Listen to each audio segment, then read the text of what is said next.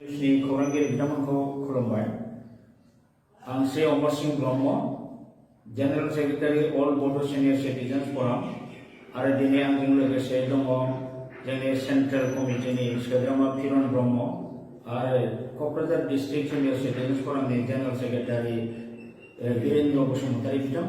लोगोसे डिस्ट्रिक्टनि केसियार शिबनाथ ब्रह्म बिथां। दिनैहाय बे प्रेस कनफारेन्स बा प्रेस मिटखौ बे कारनै लेंनाय जादों जे थांनाय मे दाननि जेनाखि फार्स्ट उइक, बे फार्स्ट उइक बिसेसके 4 आरो 5 तारिखनि गेजेराव दिनै गवालपारा दुधनै इयाव जेनाखि गाज्रि जाथाय जादों, जे जोंनि सानै बर' हिन्जावसाखौ माखासे गाज्रि आखुनि मुस्लिम कमिटिनि सोद्रोमा माखासे गाज्रि मानसिफ्रा माने लांखारनानै बै इटा भाटानि फेक्टरियाव लांखारनानै हरसेमानि गेंरेप खालामनानै बिथांमोनखौ उनावहाय लामायाव गारनानै गालांनाय जाथाय। बे जाथायनि सायाव बेखौ दिनै निउज मिडिया पेपार मिडियायाव नुनानै जों जोबोद खास्रि बिस्रि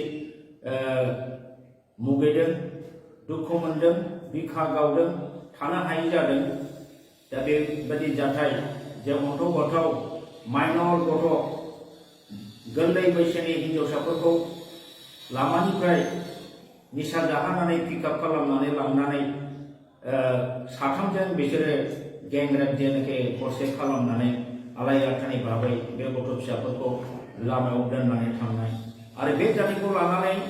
जोंहा गवालपारा जिल्लानिनो बिसेसके दुधनैनि थांगाबारि भालापारा गामिनि जेनेबा दिनै जोंहा रुंसारि जालांनाय हिरण्मय खाख्लारि आरो बिथांनि दैदेननायाव माखासे बर' सेंग्राफ्रा बै जे इटा भाटायाव लांखारनानै जे रेप खालामहैदों, गेंरेप, दा बेनि सायाव सावरायनो सोंनो बिथांमोनहा थांनायनि सायाव दिनै बे धनारिनि न'खराव दिनै बिथांमोनहा नुजाहैदोंमोन आरो सोंहैदोंमोन। बे समावनो खोथानि बाथ्रानि तर्क बितर्क जानायाव दा बे धनारिनि धन तालुकदारनि जेनाखि बिदा शेखर आली बिथाङा शेखर आली आरो बिनि बिब' फार्मिना बेगम बिथांमोनहा अस्त्रजों सिखाजों आरो लावथिजों लोगोसे गोफार देगार जातीय जिनिसजों आक्रमण खालामो बिथांमोननि सायाव। आरो बे आक्रमणनि जाउनावहाय जोंहा हिरण्मय खाख्लारि बिथाङा जोबोद गाज्रि बिखायाव आघात मोनो, लोगोसे बिखुङाव सुजानाय, बिथांनि लांसआव हयथ' देगारा मोनहैदों, जायनि फलाव बिथाङा माखासे साननि उनावहाय लोगो थैयाखैबाबो कयदिननि गेजेराव बिथाङा थैनायखौ माने थैनांगौ जादों, बिथाङा रुंसारि जालांबाय। दा जोबोद बे जोंनि बर' हारिनि थाखाय बिखा गावनाय बाथ्रा। दिनै खास्रि बिस्रि खोमोन गसंख्रांजोबनाय मोनसे जाथाय जादों। जों दुलाराय बर' माहारिया दिनै बे जाथायखौ माने बिराद निन्दा खालामो, जों बिराद मुगैयो, जोङो दुखु फोरमायो, रागा फोरमायो जे जोंनि बर' हारिया, ट्राइबेल माहारिया दिनै शान्तिपूर्ण भाबै रायजो जाग्रा। जोंनि बर' बा ट्राइबेल माहारिया गुबुन रावनिबो हारिनि हिन्जावफोरनि सायाव बेबादि इनाय नोजोर जों खालामा। रावखौबो दासिमबो खुनु मोनसे हारिनि हिन्जावसाफोरखौ बा हिन्जावफोरखौ जोंनि बर' सेंग्रा बा बर' रायजो राजाया बेबादि जिनाहारि खालामनाय, अयथासार खालामनाय जेन' रेकर्ड गैया। दिनै बे जाथायखौ लानानै जोङो दिनै अल बड' सिनियर सिटिजेन्स फरामनि जानानै जोङो बिराद दुखु जोङो फोरमायो। लोगोसे जोङो बै जाय माने उदखारिफोर बिसेसके धन तालुकदार बाहार आली आरो रहमान आली, जायनाखि साथामा गेंरेप खालामदों,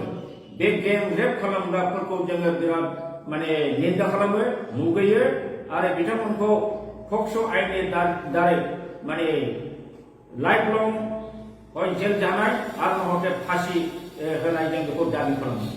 जोङो अल बड' सिनियर सिटिजेन्स फरामनिफ्राय बेखौनो दाबि होगोन जे बिथांमोनखौ पक्स'नि आन्दाराव माने सेन्टेन्स टु डेथ नयत' लाइफ लं इमप्रिजनमेन्ट बेखौ सरकारा होनांगौ। आरो बिनि थाखाय जोङो दिपेन बर' बिथांखौ जोंनि बर' हारिनि माहारिनि आफाद नि आफादगिरि हिसाबै बिथाङा दाखालि जे प्रेस स्टेटमेन्ट होदों बे प्रेस स्टेटमेन्ट होनायावनो जिनिसा जोबनो नाङा आं बिथांखौ खावलायनो लुबैदों दुलाराय जोंनि बर' माहारिनि जेसेबां दल संगठन दं अर्गानाइजेसन दं जोङो नोंथांमोनजों दंफायो नोंथांमोनहा बे जिनिसखौ चिफ मिनिस्टार हिमन्त बिश्व शर्मा बिथांजों रायज्लायनानै जाहाथे गोख्रों आखाइजों जाहाथे बेखौ दमन खालामो मानो होननानै बुङोबा बे बर'नि जातिनि मान सन्माननि बाथ्रा जोंनि रैखाथिनि बाथ्रा जोंनि बर' जातिनि मान सन्मानखौ बियो नस्थ' खालामदों आरो सासे बर' सेंग्राखौ दाय गैया फोदो गैया इनाय भाबै बुथारनाय निष्ठुर भाबै बुथारनाय जों बेखौ मालाबाबो सह्य खालामनो हाया बेनिखायनो बेखौ बुथारग्रा बिसेसके शेखावर आली आरो फारमिना बेगम बिथांमोनहाबो सेन्टेन्स टु डेथ जानांगौ आरो बे सेन्टेन्स टु डेथ आरो बै जे पक्स' आयेनाव बिसोरो लाइफ लं इमप्रिजनमेन्ट हयथ' सेन्टेन्स टु डेथ मोननांगौ बै साथाम रेपिस्टआ दा बे जिनिसखौ जाफुंसार होनो थाखाय दिपेन बर' बिथाङा गोख्रों बेबस्था लानांगौ आरो चिफ मिनिस्टार हिमन्त बिश्व शर्माजों बिथाङा जाहाथे सावरायनायनि गेजेरजों बिथांखौ प्रेसार होनानै जाहाथे बे खामानिखौ मोजाङै मावफुंहोनो हायो बेनि दायित्व लानांगौ आरो बिथाङा बेबायदि दायित्व लायोबा जोङो अल बड' सिनियर सिटिजेन फरामनिफ्राय दिनै बुंगोन जोंहा फुरा जों बेवहाय मदद होगोन आरो नोंथांखौ जों खावलायगोन थाबैनो जेरै नोंथांमोनहा मालाबा गोबां केसाव डिस्ट्रिक्ट एबसु मोनफ्रोमखौबो नोंथांमोनहा प्रेस स्टेटमेन्ट होनाय बा नोङो धरना होनाय हाबाफारि लानो नोंथाङा बिथोन हरो थिग बेबायदिनो गाबोन समफोरनि गेजेरावनो जोंनि दुलाराय बर' फरायसा आफाद एबसुनि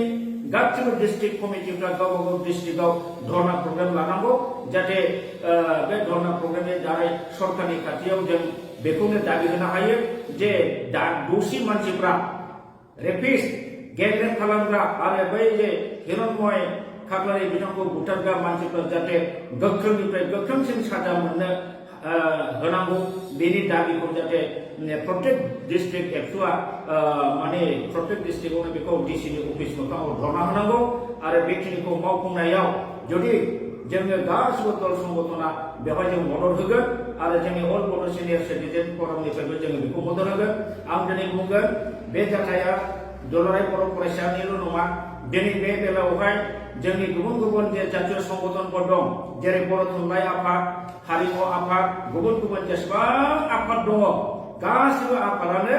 बे घटनाखौ निन्दा खालामनानै आरो दौसिफोरखौ उपयुक्त आरो गोख्रों साजा होनो थाखाय बयबो डिमान्ड होनांगौ आरो इमिडियेट प्रत्येक जिल्लायाव धरना होनांगौ आरो बे धरनायाव गासिबो दल संगठननि रायजो राजाफ्रा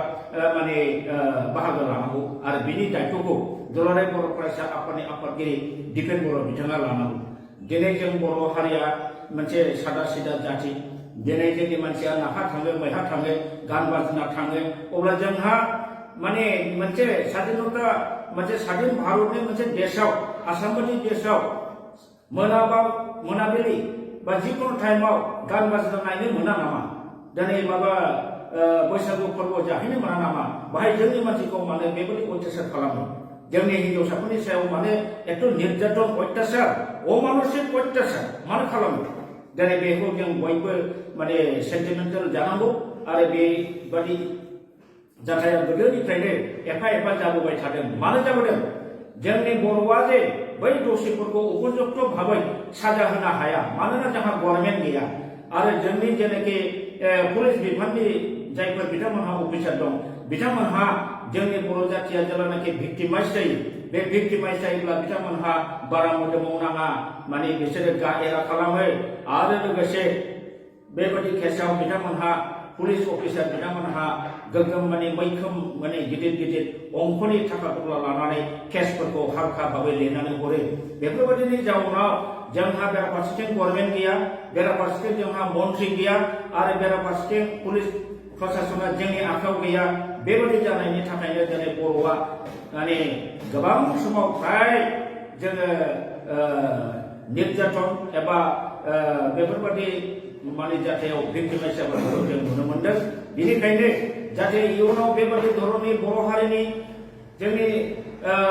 हिन्जावसा बा हिन्जाव माहारिनि सायाव जाहाथे बिसेसकै मुस्लिम कमिटिनि मानसिफ्रा जाहाथे बेबायदि गाज्रि आखुखौ जाहाथे खालामा बेनि थाखाय बिथांमोनखौ मोनसे गिदिर लेसन होनाय बे लेसन होनायखौ खामानिखौ दिनै मावनांगौ गोदोनि दिनाव मोजां जानो हागौमोन दिनै आजिखालि जुगाव सब जाथियानो दिनै डेभेलप जाबाय बयहाबो दिनै दल संगठन दङ दिनै दिपेन बर' बिथाङा आमसुखौबो बा मुस्लिम जेनाखि स्टुडेन्टस अर्गानाइजेसनफोर दङ बिथांमोनखौबो खावलायनांगोन जाहाथे बिथांमोना जाहाथे बे मुस्लिम कमिउनिटिनि जेनाखि दुष्कृतिकारिफोर जाय दुथांफोर बिथांमोननि सायाव जाहाथे कन्ट्रल खालामो जाहाथे बिथांमोनहा जाहाथे बेबादि खालामा जोंनि बर' हारियाथ' मुस्लिमनि खुनु हिनजावखौ बेबादि खालामफेराखै गतिके मुस्लिम सेंग्राफोरखौ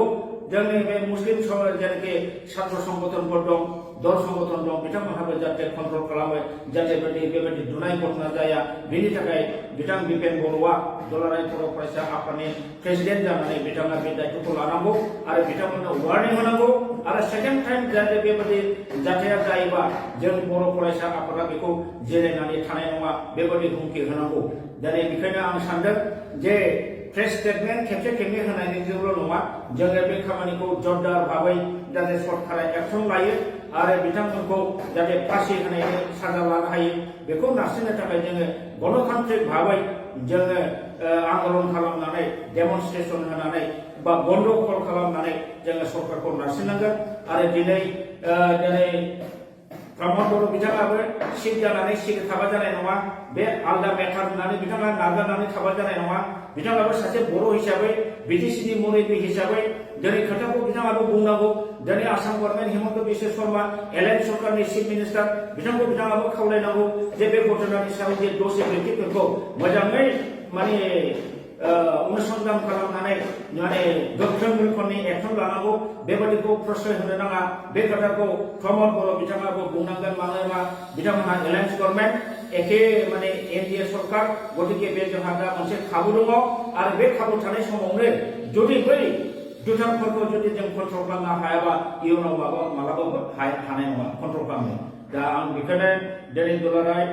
बर' बैसोगोरा आफादनि जानानै खावलायनो सानदों जे बे इस्युखौ जों मालाबाबो इजि लानो नाङा जों बयबो गोख्रोङै साखाफारा जानानै खौसेयैनो गासैबो बर'नि दल संगठना ज' जानानै बिनि सायाव सरकारखौ नारसिननानै माने गोख्रों राहा लामा लानो थाखाय जोङो प्रेसार होनांगौ दिनै जोंनि बर' हारिया गोदोनिफ्रायनो बेबादिनो मोनसेनि उनाव मोनसे बिसेसकै मुस्लिम कमिटिनि मानसिफ्रा जोंनि बर' आइजो माहारिफोरखौ गोबां रोखोमनि निर्यातन खालामबोबाय जावले जों बेसेबां सह्य खालामबावनो बेसेबां नायबावनो दा दिनै बिसोरबो उन्दै माइनर गथ' जाहैबावबाय आरो बेनि बागैबो नोङो गोबां मुस्लिम कमिउनिटिनि माखासे गाज्रि मानसिफ्रा जोंनि फिसा सानै जानाय सासे जानाय साथाम जानायखौबो लानानै खारबाय थानाय बेफोर जाथायाबो जागासिनो दं दा बेफोरखौबो जोंहा कन्ट्रल खालामनांगौ बाथ्रा दं बेनिखायनो जोंनि दुलाराय बर' फरायसा आफादा जिहेतु बे माहारियारि आफाद बिथांमोननि आखायाव बे जिनिसा दङ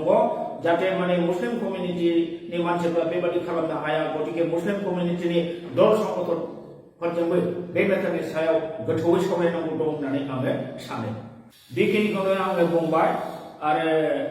बयखौबो आङो खौसे जानो थाखाय खावलायनानै आंनि बुंनायखौ बेहायनो फोजोबबाय हायर सेकेन्डारि उथ्रिनाय फरायसाफोरनि थाखाय गोजोनथाव खौरां सेथि सेमिस्टारनि थाखाय गबिन्द बसुमतारी कलेजाव मुं थिसननाया सोलिगासिनो गिबि मुं थिसननाय 100 फरायसाफोरनि थाखाय स्पेशल अफार आरो गुबुन गुबुन रोखोमनि बेसेन नाङै क्लासनि खाबु होनानै मुं थिसननायनि हाबाफारिया गबिन्द बसुमतारी कलेजाव सोलिगासिनो फरायसाफ्रा गावनि गोसो बायदि साबजेक्टफोरखौ सायख'नानै लानो हागोन लोगोसे basic computer class self defence spoken English class बायदि खाबुफोरखौ फरायसाफ्रा बेसेन नाङाजासे लानो हागोन बे कलेजाव गासैबो फरायसाफोरनि थाखाय फ्रि बासनि सार्भिसनि राहा आरो बिजाब बाख्रिनिबो राहा दं आरो बे खेबनिफ्राय भिउ सेन्टार अदेबानि एग्जाम सेन्टार महरै फरायसाफ्रा गबिन्द बसुमतारी कलेजावनो आनजाद होनो हागोन गबिन्द बसुमतारी कलेजाव एसेल' बेसेनावनो मुं थिसननानै कलेजनि राहानि खाबुफोरखौ लानो हागोन रोखायै मिथिनो थाखाय फारियै होनाय जानबुं नाम्बाराव कन्टेक्ट खालामनो हागोन